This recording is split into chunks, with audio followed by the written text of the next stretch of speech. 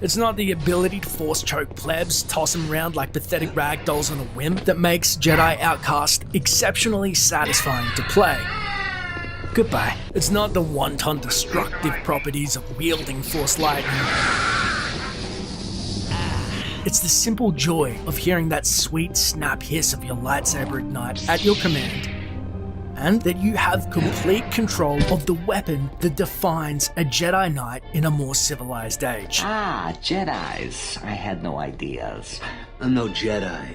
I'm just a guy with a lightsaber and a few questions. Something so many other Star Wars games, even the good ones, completely fail to recognize. The blade. The Jedi. You are one. And unquestionably does Jedi Outcast mark the beginning of what is the greatest, most intuitive lightsaber combat in the history of Star Wars games.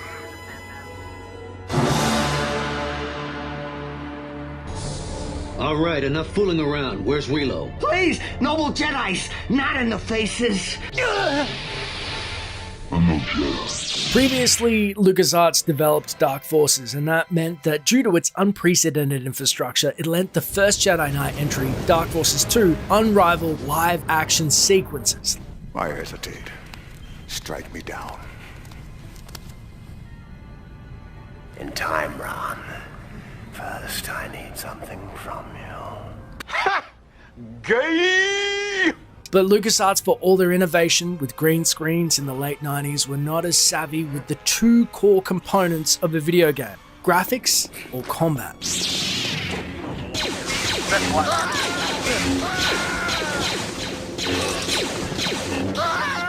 So when Outcast came around, there was a huge trade-off. To get the best saber combat of all time, they enlisted game developer Ravensoft to develop the game. The reason why it is so good is it's art imitating real life. Instead of making up some foreign rule set for Outcast's combat, the foundation is based on the 7 cuts of Kendo. So you know exactly where the blade is at any given time, which I'm going to dive into in the Jedi Academy Dashblades as it further builds on Outcast's solid foundation. Although this is far superior combat to Dark Forces 2, it wasn't without a cost. Outcast had to totally forego live action sequences. Instead, we settle for automated in-game rigging of the characters in cutscenes. If you thought Mass Effect Andromeda was blasphemy, I want you to let go of your anger before it destroys you. Carl's expression is that of a half-melted Muppet dealing with life after a stroke. Every waking moment is one of muted agony. Ugh, look at it. I mean, that motherfucker. I think I saw someone. The first handful of levels has Kyle totally depowered, previously abandoning the Force due to its dark side influence. And may the Force be with you. Hello, darkness, my old friend. Nearly killing his apprentice Mara Jade in Mysteries of the Sith. I can't. No! I won't do this. This is not the way. It asks too much of me. I can't kill my friends and allies. And because of that, the first few levels are honestly that of a deceptively bland and somewhat generic shooter with a few minor triumphs. That is until... Kyle Katarn? A 9-foot-tall dinosaur Dark Jedi and his tribal apprentice show up and Blast them, kick Kyle! your fucking ass. You desire this woman? Come, take her. Does a Jedi run from battle? Good point. Katarn! Oh! You're pathetic, Katarn. As a Jedi, you might have proven a worthy adversary. Without the power of the Force, you're not worth the effort it would take to strike you down. Perhaps your woman will prove to be of heartier stock. Don't you touch her. On second thought, Tavion, kill her. Jan! And B, fake kill your girlfriend right in front of you. Rub your nose in it so you run straight back to the loving embrace of the Force, and inevitably leading them to the Valley of the Jedi, this pit of raw Force energy that not only powers you back up, but also empowers Dasan as part of his treacherous machinations. Your plan worked, Master Dasan. Yes, Tavion. The death of Katarn's woman has driven him mad. and delivered the Valley of the Jedi into our hands. And this, my friends, is where the game truly begins. Kyle, I've been expecting you. You've come for your lightsaber.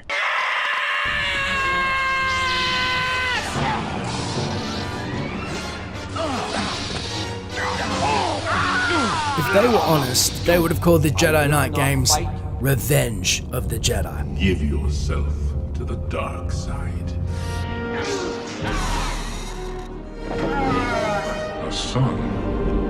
Run! It feels like I'm seeing a pattern here for the storyline of the best Star Wars games. Force Unleashed, Vader kills your dad. Then he betrays you a couple of times. Yes, kill him. He was weak. Revenge. KOTOR, your apprentice betrays you. Cannot be beaten. Revenge. Revan's name is literally a contraction of Revankist, a French derivation of an act of revenge. He is the epitome of revenge. Battlefront 2, Revenge of the Fanbase. You fucked it up! Again! Oh my god! I can't believe. But Dash, Star Wars isn't dark, it's for babies and whammons. I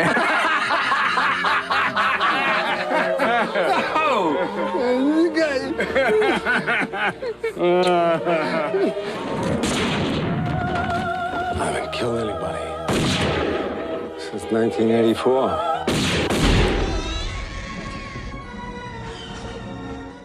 Wait a minute. On a serious note, are you ready to have your mind fucking blown? Hollywood has no soul, or imagination for that matter, which is good in this case. When something works and makes the money, they're like, change? Nah, just do that shit again. Remake it, remastered, fucking do it 100 times, it keeps making me money. Or something like that. No money, no parts, no deal. And that's why Jan Ors in Jedi Outcast well, you certainly took your sweet time. is voiced by Vanessa Marshall, who voices Hera Syndulla in Star Wars Rebels. All you do is fight for your own life, then your life is worth nothing. Okay, coincidence? You've got a plucky female pilot sidekick? Well, now Kyle Katarn, voiced by Jeff Bennett. Yes. You should have known it would take a failed Jedi to take out another failed Jedi. This is the big one. Goes on to voice 1, 2, 3, Baby. I know, my mind was blown too. Check the packs.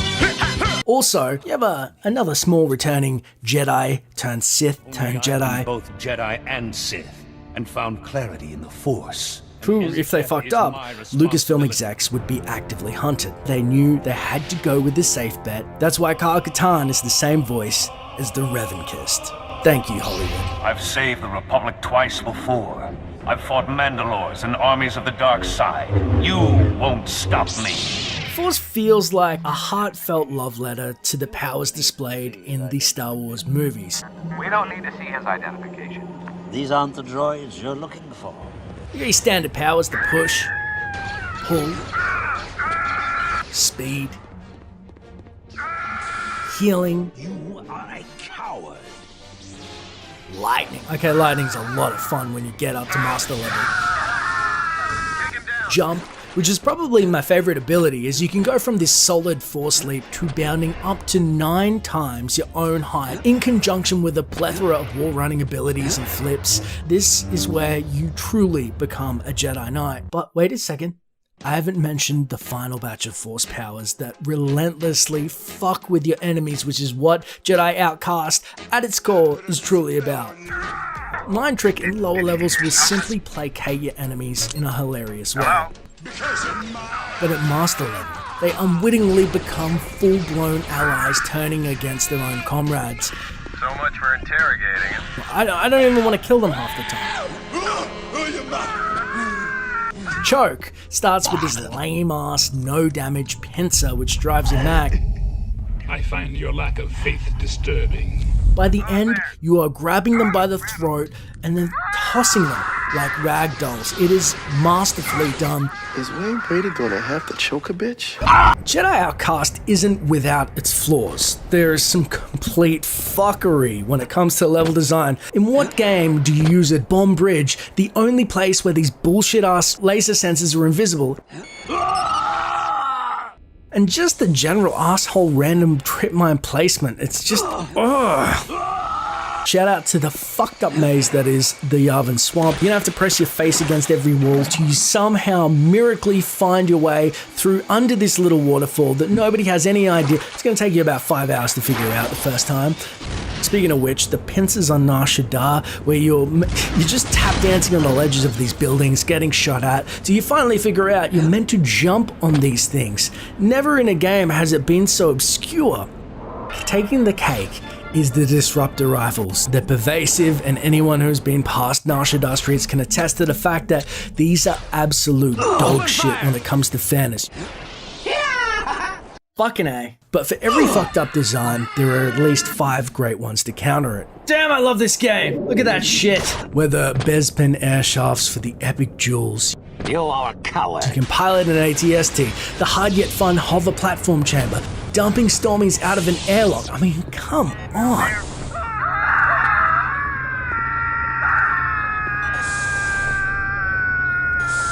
And clean. Also, this is a crazy fact. The burial ground that Kyle soaks up that force energy from, called the Valley of the Jedi, has a secret and sinister backstory, which is one of the best legends starring Darth Bane himself. It's a great story, and the best way to experience the novel is listening to it, in my opinion. So I have a link below to the novel, and you can start a free 30-day trial with Audible to listen to all 3 of the novels. Absolutely let me know what you thought of him, because Bane is so badass that they actually brought him back into canon.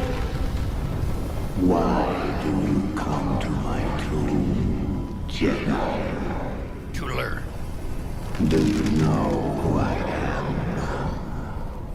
Yes. Darth Bane. The ancient Sith Lord, you are. I also did make some merch because I genuinely wanted to see Outcast represented more. The stickers, mugs, hoodies, and tees also linked below. Now that's it for my Jedi Outcast Dash Planes. I'm so proud that I kept a schedule for the first time ever. I put out videos every weekday and I got through the whole thing. The community support has been incredible, so thank you very much. I will do a Dash Planes review after each Let's Play, so let me know which games you want to see, because we're going to branch out of Star Wars at some point. I'm very excited for that. So thanks for watching, and may the Force be with you always.